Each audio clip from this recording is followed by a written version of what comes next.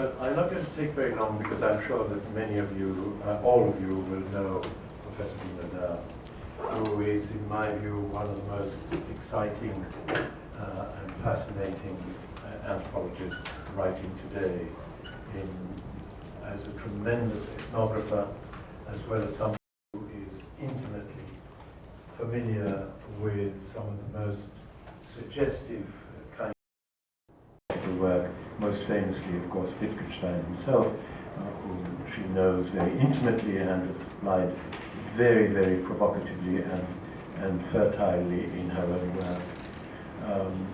I won't take up, as I say, any more time than to say that we are honored to have Professor Veena to talk to us. We've had her once or twice informally, because she is a very generous person and has come to us, without any special invitations in some of our classes. But today she's going to talk to the whole department and anybody else who has come to listen to her.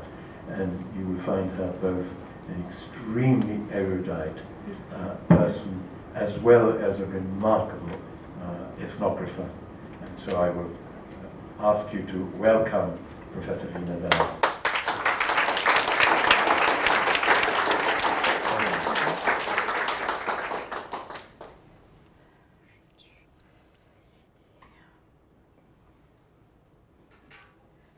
Thank you, Tilal, for that very generous introduction. I think there are some people in whose shade one just grows, and Tilal has been, I think, one of my most important interlocutors and a great friend, and it's just so wonderful to be here.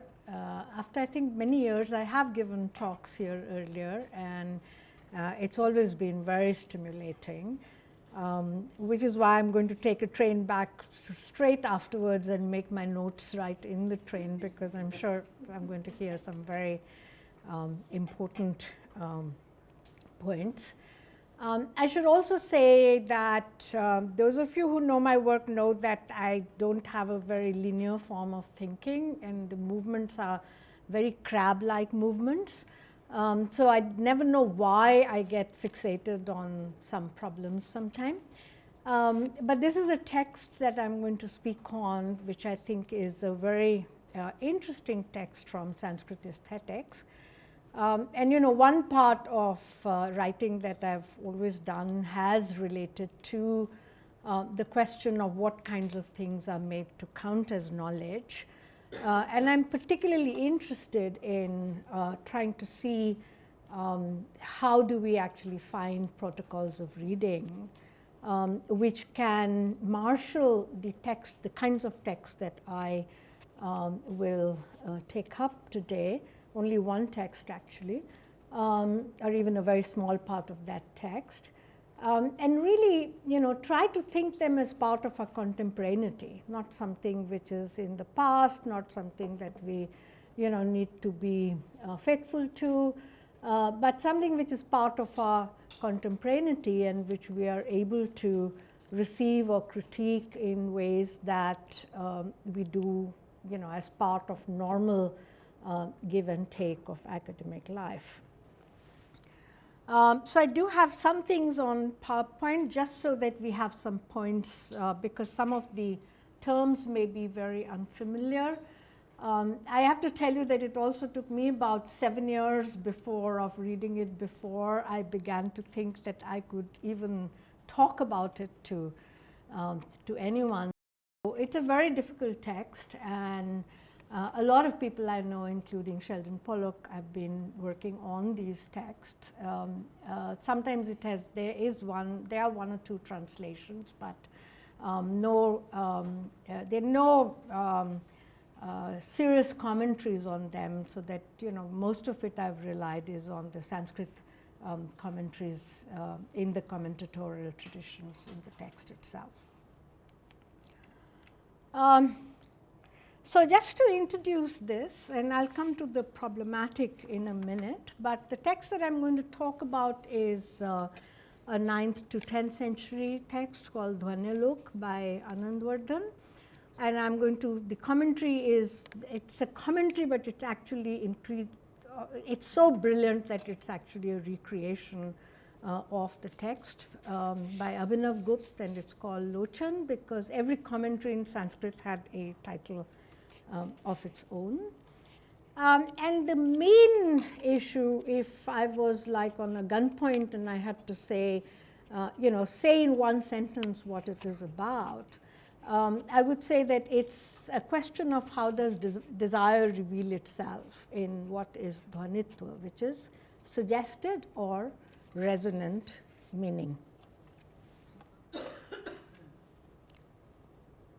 So I'm going to take a very brief set of questions. I'm not going to be able to do them justice, but a brief set of questions from contemporary Western philosophy. And to ask myself in what kind of way can we think about what are the kinds of problems in some ways that figurative language has always posed for philosophy of language. And a lot of these questions have been centered on the metaphor as an example par excellence of figurative speech. So whereas earlier philosophies of language within the Anglo-American tradition dismissed figurative language as the grunts and wows of emotive residues. In language, this is the famous phrasing of Nelson Goodman, betraying what some philosophers would call is the domination of the proposition in much philosophical thinking on language. There is a question over here of fundamentally a question of what is the kind of relationship between what is literal meaning and another kind of meaning. And in the Western context, it's always figured around the issue of what kind of truth conditions can you actually attach to these statements. Can you attach truth statements to metaphoric statements?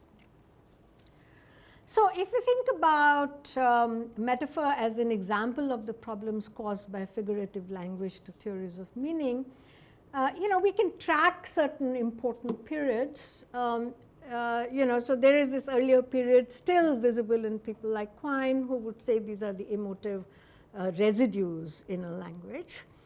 1980s, you begin to get an attention, partly because of the very influential essay by Max Black on the cognitive significance of metaphor. And 1980s, you begin to get attention to the so-called imperfections of language. So it's not only metaphor, but everything in some ways which didn't lend itself to the very simple propositional, not simple, but anyway, to the idea of propositional calculus. And these were the imperfections in terms of the fact that there were context-dependent expressions, vagueness, non-extensional constructions, and in some ways a widespread use of metaphor in everyday language and in scientific knowledge. I think that Max Black's contribution was very central to say that it was not only in everyday language, but also in scientific reasoning that metaphor in fact plays a very important role.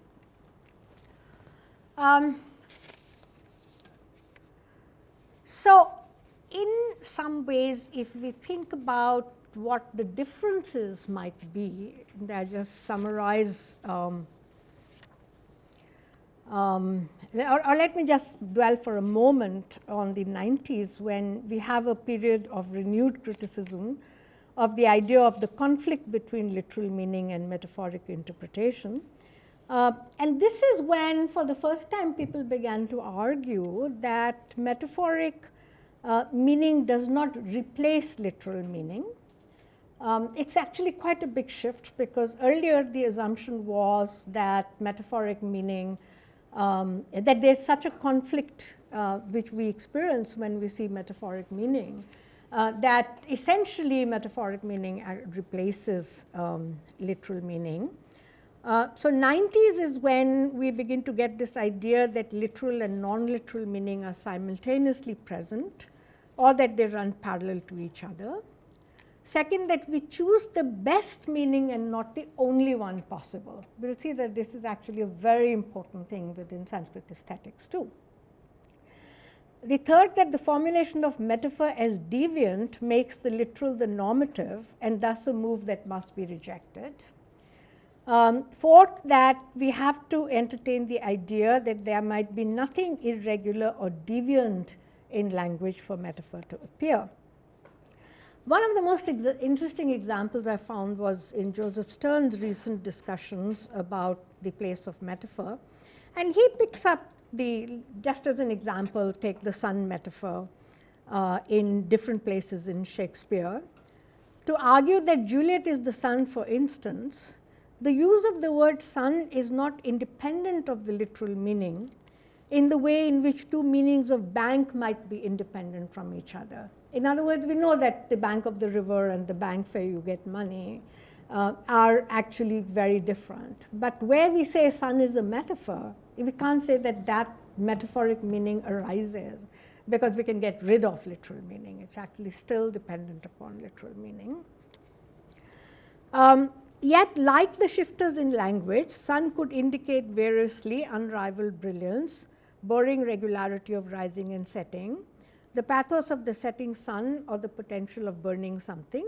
And indeed, that happens in different places in Shakespeare.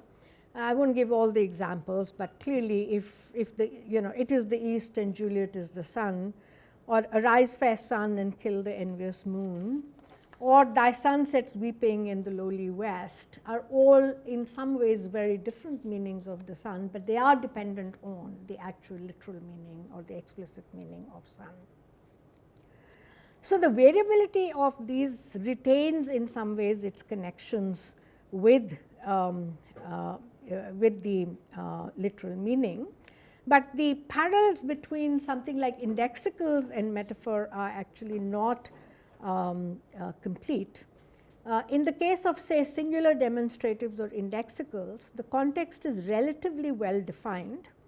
In the case of metaphor, the context is defined by associated commonplaces that arise from common knowledge about features associated with the expression.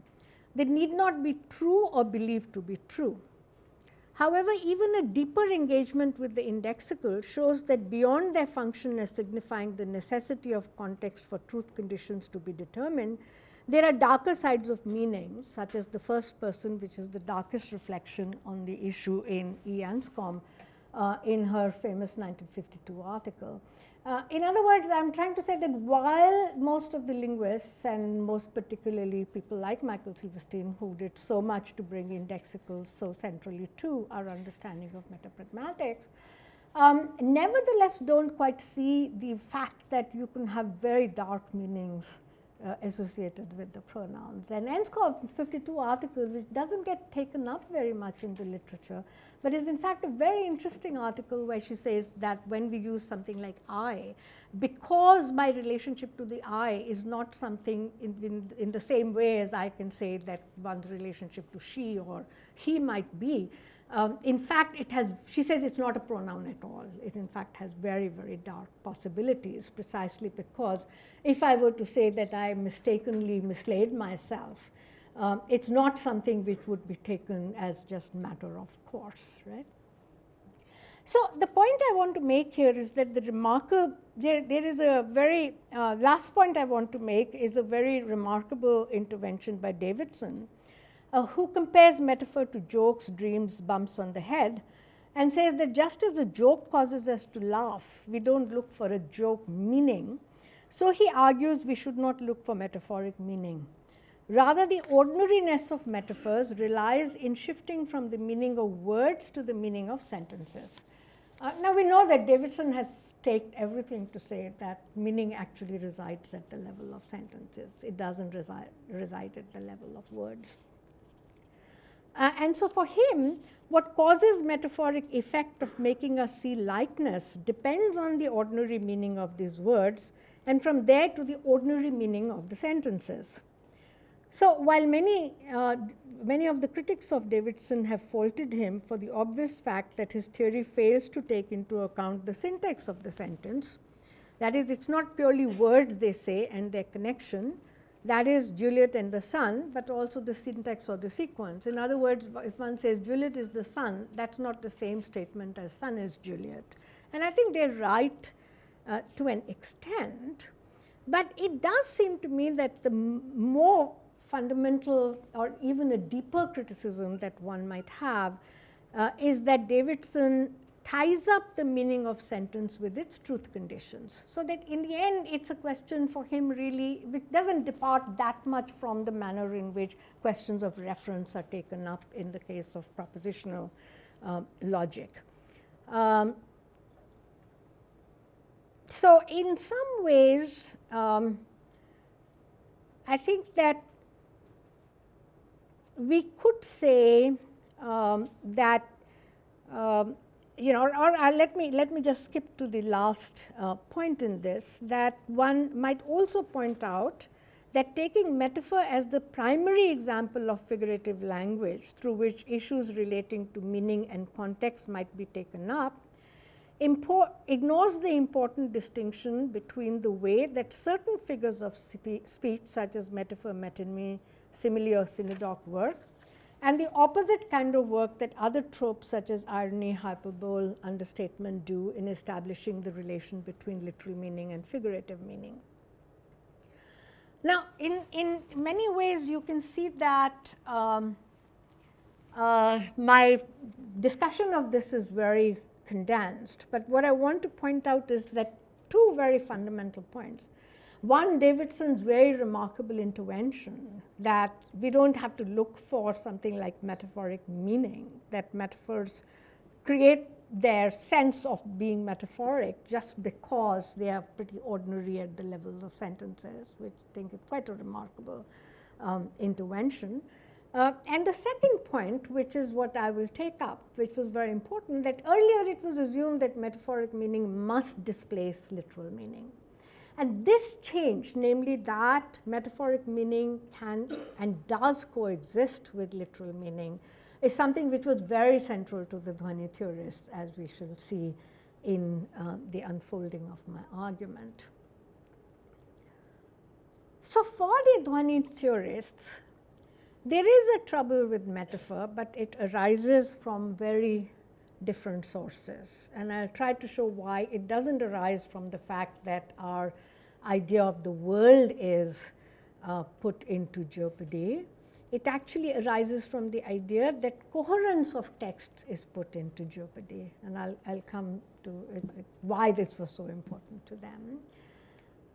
The second, which was, this is something on which heads could be actually broken in ancient India, the question as to whether meaning was embedded in words or whether it was embedded in sentences. An enormous amount was at stake, as I shall try to show, in this particular question and these disputes.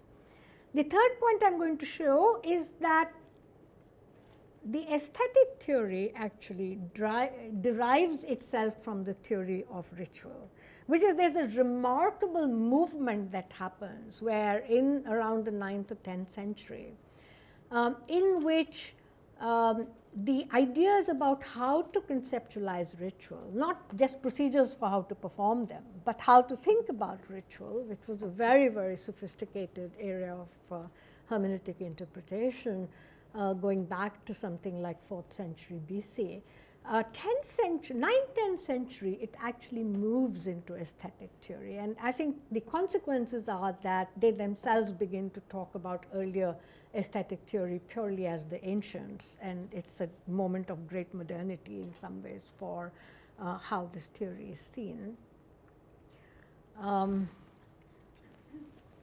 Okay.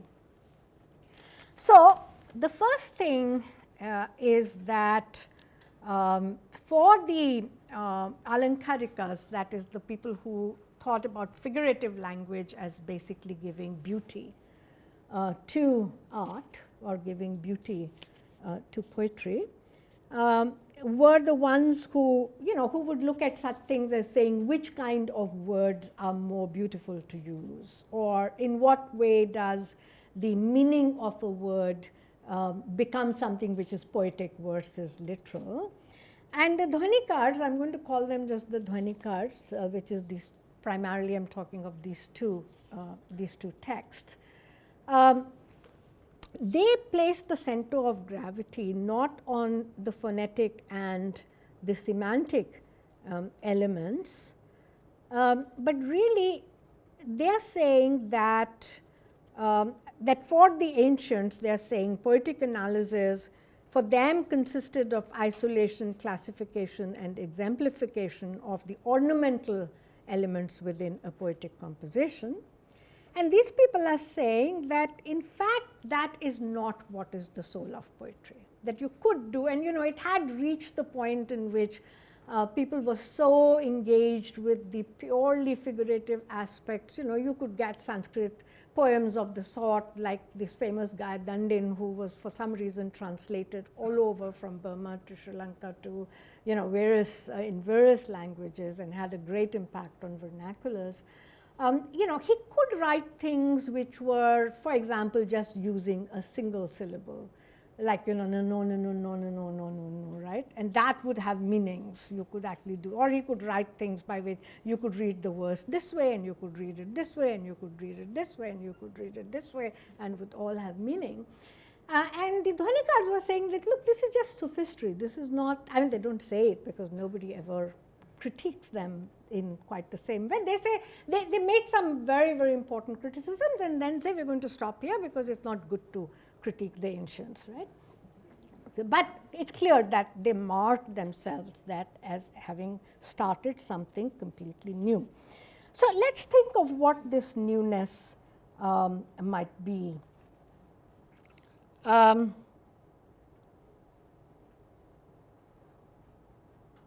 So first difference, that to the widely accepted idea that meaning could be only of two types, namely the explicit meaning of words and the figurative meaning generated either at the level of the word or the sentence, Anandvardhan added a third aspect, which is dhwani, which could be translated as suggested meaning or resonant meaning, that which resonates. So Dhwanilok makes an explicit distinction between figurative meaning generated through the use of metaphor and other figures of speech, and the suggested meaning or dhwani that could be expressed through words, sentences, or even particles of words, or it could be left unsaid, but it was not dependent upon figures of speech. So essentially the argument that he's making, to which we will come, is that every element of language has this poetic capability. It's not something that has to have an extra something in order for it to become poetic. That the conditions under which anything can become poetic is what is actually at stake. So dhwani, for them, the soul, or what they would call the breath of life in language, was the ability to decipher the suggested meaning that distinguished poetic beauty from ordinary use of words, but did not displace the ordinary use of words. The second major difference between the Dhwani theorists and the Alankarikas was that of the weight placed on textual coherence by the former, which again was seen as different from the coherence of a plot or a character. Now they knew that the ancient playwright Bharat had emphasized the coherence of plot and the coherence of character. And their argument was that this meant beyond that, that there was something called the coherence of a text, which couldn't be reduced to coherence of plot or coherence of character. Textual coherence for the Dhwanikaras derived from their analysis of great works. Their favorite was Kalidas, but they would also take the epics and so on. And they would argue that a composition was teleologically oriented to the production of a single aesthetic emotion, such as eros or pity. Now, this doesn't mean that other emotions were absent, and we shall try to see what does it mean to say that you can have other emotions, but textual coherence consisted in being able finally to leave with the idea that this text was either about eros or about pity or about valor or so on. And how was that achieved? How was it that in the end, the emotion that you felt about the text had a certain coherence? You didn't actually end up with a wide array of emotions of which you could make no sense. So the significance of these two differences will become apparent later, but let me at the moment turn to the fact that as Macria has noted in his brilliant analysis, that the Dhwanilok, and in fact the text itself, mentions not only the Mimamsa, which is the interpretation of ritual, but also uses examples from the grammarians and the logicians. Now, these are different school in Indian philosophical texts, right? But the aesthetic theory will quite explicitly use things and say the Mimamsakas say this or the Nyayikas say this, so that they are thinking that aesthetic is not independent of how logic has been thought about on the one hand and how theories of ritual have been thought about on the other. So I will have to spend a little bit of time on the Mimamsa and see where the influence of the Mimamsa laid. This is formulated first in 200 BC by Gemini. And the texts are actually best known to us from commentaries from the 4th century AD, and then later from the 7th century AD. And I just briefly want to say that because they look like, that they are only about ritual theory, there's been a tendency even in Indian philosophy till recently to dismiss them as of no great importance, partly because of the pernicious influence of Radhakrishnan, who thought that the great Indian philosophy was only in the Upanishads and the Vedantas, and all this ritual theory was purely mumbo jumbo. But in fact, it had a very, we'll see that it's philosophically very, very interesting.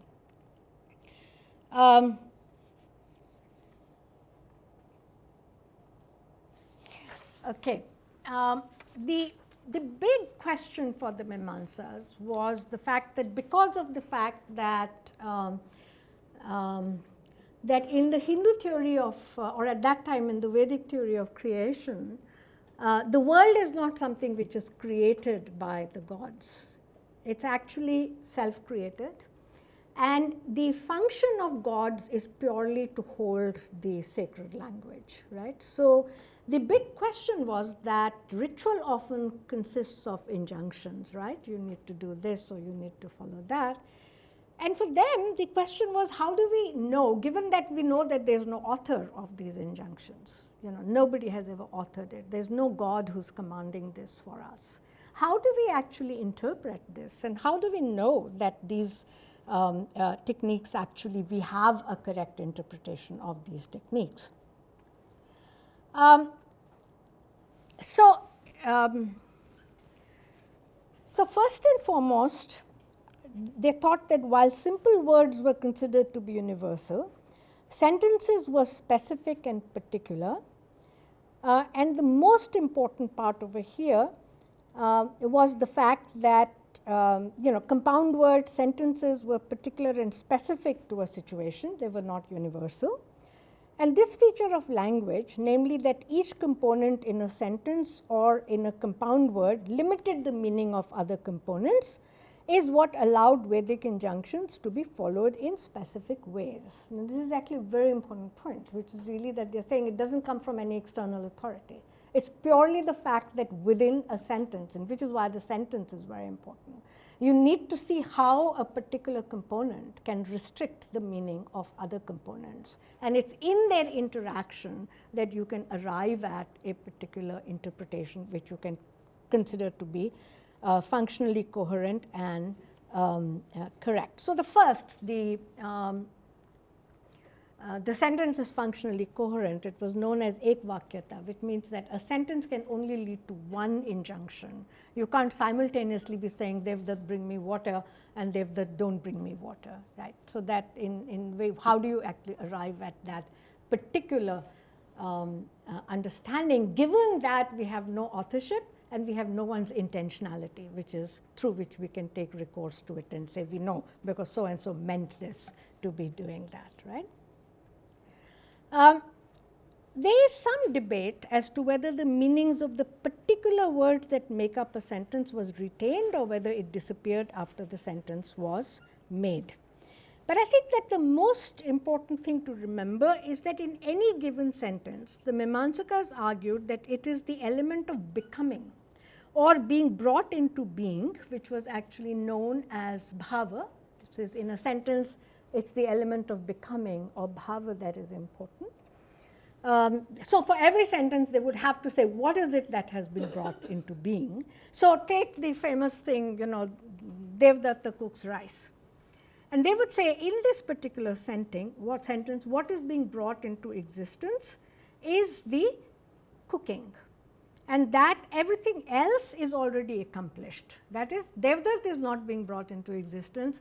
Cooking as an act is not being brought into existence. Rice is not being brought into existence. Pot is not being brought into existence. Fuel is not being brought into existence. So what is it that is the bhava, which incidentally is also the word for the emotion? What is it being brought into existence is the fact of cooking, which is not included, which we can't take each sentence and say, oh, this is the word accomplishes it. It would have to be the sentence which actually puts together things which are already siddha, which are already made, but putting them together allows something new to be born. And we'll see that this has very, very, very interesting consequences for ritual itself. So such a theory of meaning which is oriented to action, yet within the constraints of the Vedic injunctions, will affect the way we construct the procedures for extracting the best meaning and not the only possible meaning. Now, they were perfectly aware that I could take a sentence and get a different meaning. And they're saying, really, the interesting question is, how do we know this is the best meaning rather than the only possible meaning? It's really a very interesting shift from saying, oh, is this arbitrary, is this non-arbitrary, to the question of how do we extract something which is the best meaning. I'm going to take a very, a absolutely iconic sentence, which I've actually, if anyone is interested in reading that in greater detail, there's a very dry paper that I have, which was published in Man, as it was then called, in 1983, which is in fact on this particular phrase. The phrase is called Swarg Kamaha Yajeta, and it's the iconic phrase. And what it means is, one who is desirous of heaven might perform the sacrifice. It's not must perform the sacrifice, right? Injunction is never in the form of must, but actually, very interestingly, it's in the optative mood or in the subjunctive mood, right? So then they will say, now, what is it that is being brought into being? Because if the verb yajet, may perform sacrifice, is the dominant verb, then what is it that it is bringing into being? The answer then becomes, let the desire of the sacrificer, swarga kama, how is the sacrificer being defined? He's being defined through his desire. This is a very big difference from Christian sacrifice. He's not the bearer of sin. And it's only his desire which actually authorizes him to perform the sacrifice if he wishes, right? So then it is his desire. And what is it that is being brought into being? And they say it's heaven that is being brought into being, right? So it's not that heaven pre-exists before this sentence can be is uttered. So you can't say there is a heaven, one who wants to get it should perform this sacrifice, because then by their own rules, the sentence would be fully accomplished. It would not actually produce anything new. So what is new that is being brought into existence is heaven itself. And you can immediately see how in aesthetic theory it would lend itself to the idea that what is being brought into existence is a aesthetic emotion, not something which already in fact exists, right? And this interestingly was, it had very, very crucial consequences because, in the Vedic texts, things like, if you say that you have an oblation to offer and you say this is for Indra and for Varun, the oblation would be different than if you were to say this is for the compound Indra Varun. And so their opponents would say, what do you mean? I mean, Indra is Indra and Varun is Varun. Why are you saying that you're going to make different oblations to them? Because grammatically the two are differently joined. You can do that in Sanskrit. You can join them through a conjunction, or you can join them through a particular kind of rule by which the two have equal status but are joined by a relationship and not by a conjunction. And their argument was, no, because it's the sentence which has brought them into being. That is, gods don't exist independent of the sentence through which they are being brought into being. We would have to have completely different oblations for them, right? So in some ways you can see that from this particular point of departure, we can now ask what ideas do the Mimamsaka authors propose for overcoming the literal meaning in favor of a figurative meaning. Instead of assuming that we speak metaphorically when truth conditions for literal interpretations are absent, here the shift from literal meaning happens when an injunction appears to be inappropriate in relationship to the teleology of the text. But unlike the interpretation of metaphor in even such a daring philosopher as Davidson, that metaphors cause us to see resemblance at the level of sentence meaning, the Mimamsa texts postulate that figurative meaning can appear at any level of language, at the level of words, at the level of whole sentences, or in the particles of the words. So three important moves have taken place here. First, the discussion of figurative speech does not privilege an alankar or a figure, however beautiful, for it is now seen as only one of the ways in which literal language might have to be overcome in favor of a figurative interpretation. Second, dissonance with literal meaning occurs not when a figure of speech is counter to our experience of the world, but when a sentence is contrary to the overall unity of the text. In other words, they are not saying, oh, we have this cognitive dissonance because, if you say she's wearing the mantle of sorrow, we can't see a mantle of sorrow. I mean, they're saying that's really uninteresting.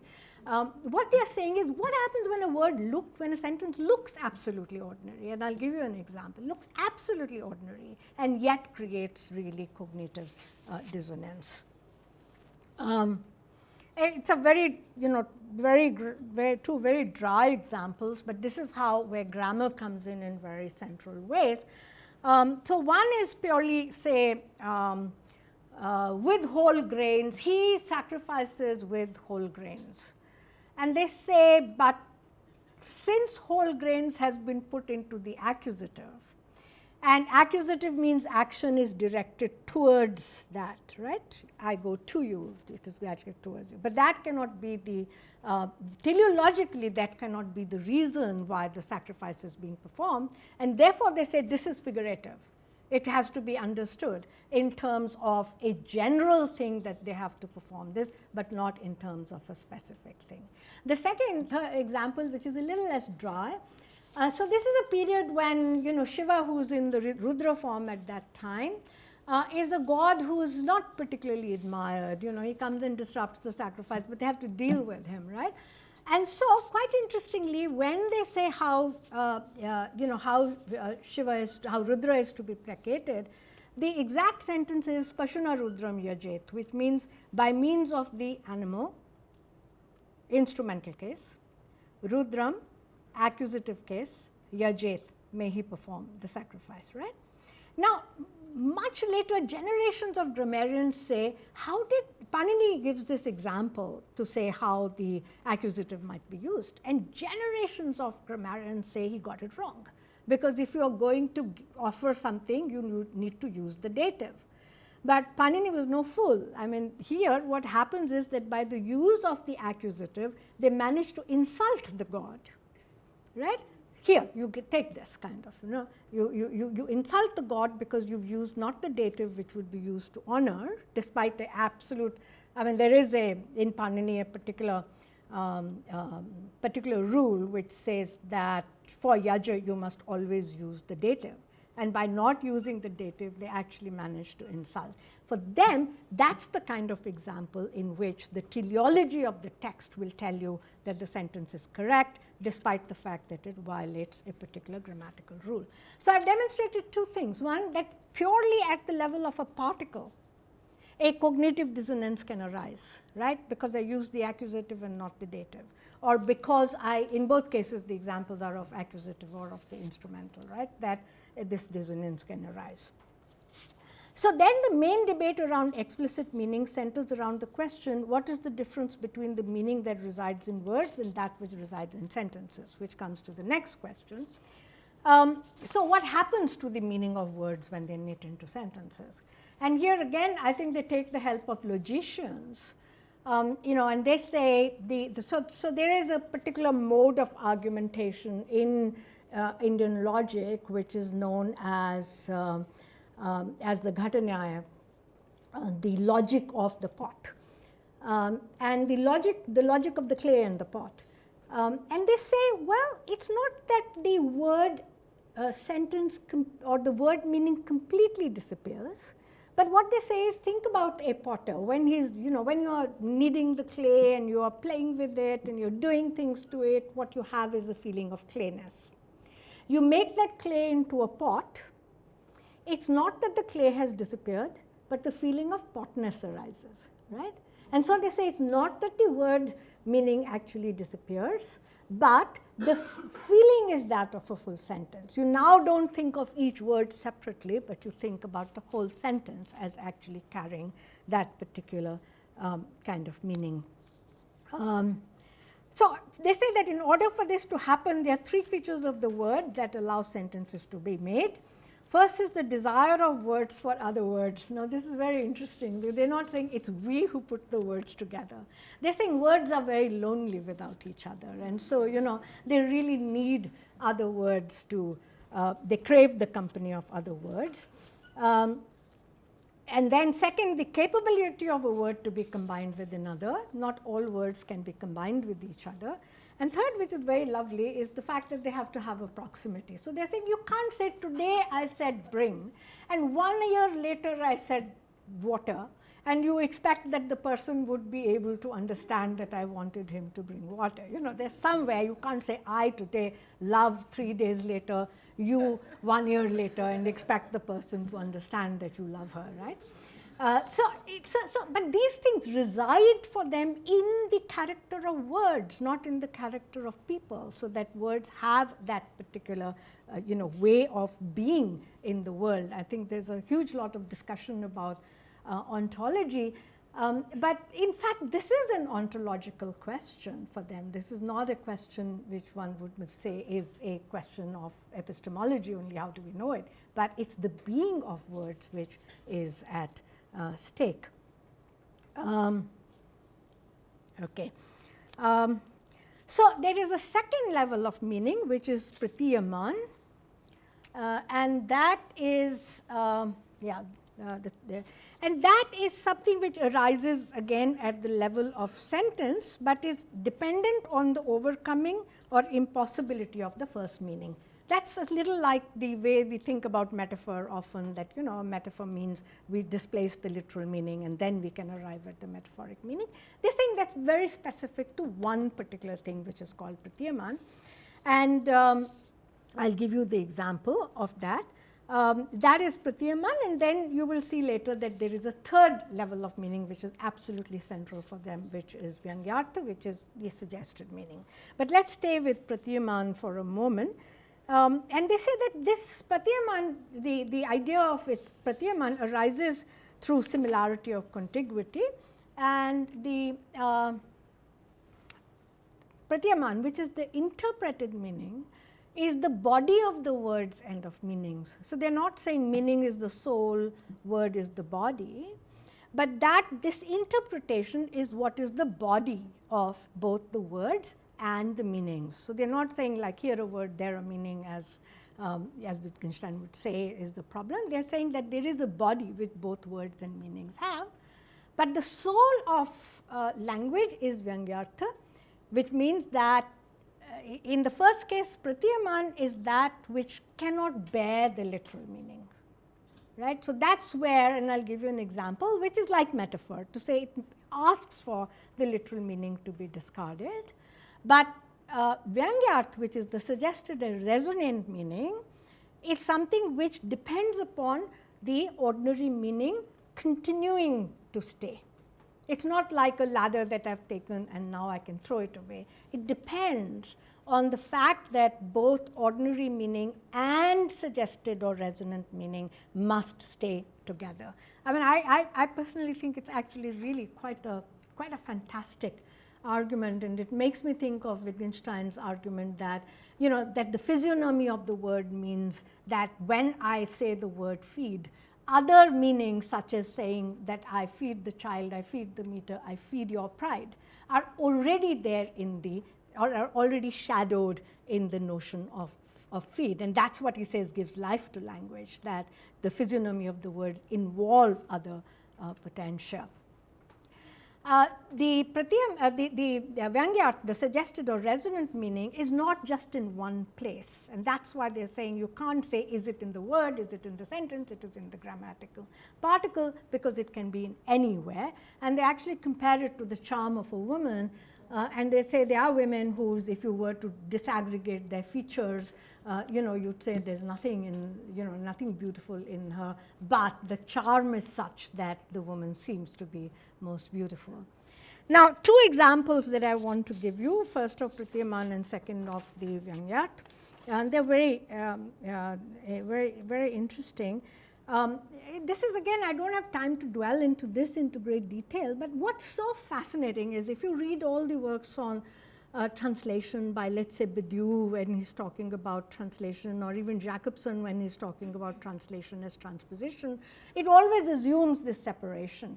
For the Dhwanikars, what's so interesting is that they're completely invested in classical, you know, kind of poetry. But the first example they take is from Prakrit, which is the vernacular language, right? And the example, some of you probably will recognize it. This is a young maiden who goes to the renowned, you know, to the monk who's walking around on the banks of the Godavari river, and she says, "Oh, revered one, you can now wander around freely because the dog who used to bother you has been eaten by a lion." The reason why I say that you might recall it is that Lacan uses it in a very big way in Écrite. Okay. Now, what is happening over here? They are saying, obviously, you know, the woman is you know, she wants to meet her lover over there, right? She can't go and say to him, you know, you're really coming in the way of my being here with my lover. And so she's saying, you know, the lion, the dog that used to bother you has been eaten by the lion, and presumably the guy is more scared of the lion than of the dog, and so will leave them alone. Now, very interestingly, for Lacan, sorry, that's a second example. For Lacan, who takes this example, and he says that what this shows, he's saying, is that the unconscious, one, that the whole word does not exist, and second, that the unconscious only speaks in half-truths, right? Cannot be, and he takes this example to say there's always this half-truth. There's a very interesting debate at that point with the logicians, who say, why do you say that this is Pratyaman meaning, you know, inferred meaning? This is just logical inference, right? And their retort to that, here I think Lochin is absolutely brilliant, because you know, what Abhinavgupta says is that, look, when there is inference, so if I say you know, when I see smoke there is fire, I have to be able to see something. But here she cannot see the lion. Second, there is no explicit statement. She's not saying to him, I want to meet my lover over here, right? So actually it's purely from the interpretation and from the fact that a half-truth has been spoken that a actual truth tends to arise.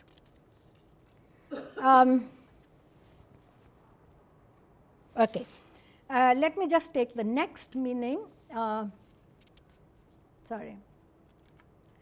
I'm sorry, I've just put this up, the one in Sanskrit, without all the transliteration, because I'm going to show you what these words mean. The verse is purely, again, the example is they're never, they're never correct, politically correct examples. So this is a woman who's there with her old mother-in-law.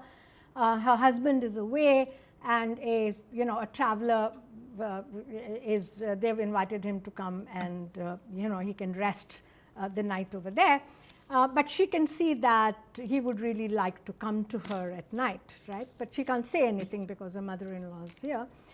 So what she says is, Shwashru atre shete atra aham divasam pralokya ma pathik ratranda shayyam ayoh shayyagah, which is to say, Shwashru atra shete, my mother-in-law sleeps here, atra aham, and I sleep here, divasam pralokya, look at it clearly during the daytime, ma pathik, pathik is the traveler or traveler, ratranda, blinded by the darkness of the night, do not fall on the, on the bed, right? Now, there's at one level, obviously, what she's saying to him, be careful, I'm not the only one over here, don't come shouting and saying, hey, here I am, and so on. But that, how she's signaling her desire is very interesting. Because what happens over here is that women spoke in Prakrit, right, which is the vernacular language, but men can hear it in Sanskrit, right, because every Prakrit term can be translated into Sanskrit, right. Now, what happens is two things. One, the term divasam. Now, divasam in Prakrit can mean the diminutive day, right. And so, whereas in Sanskrit it would just mean the correct grammatical formation, right.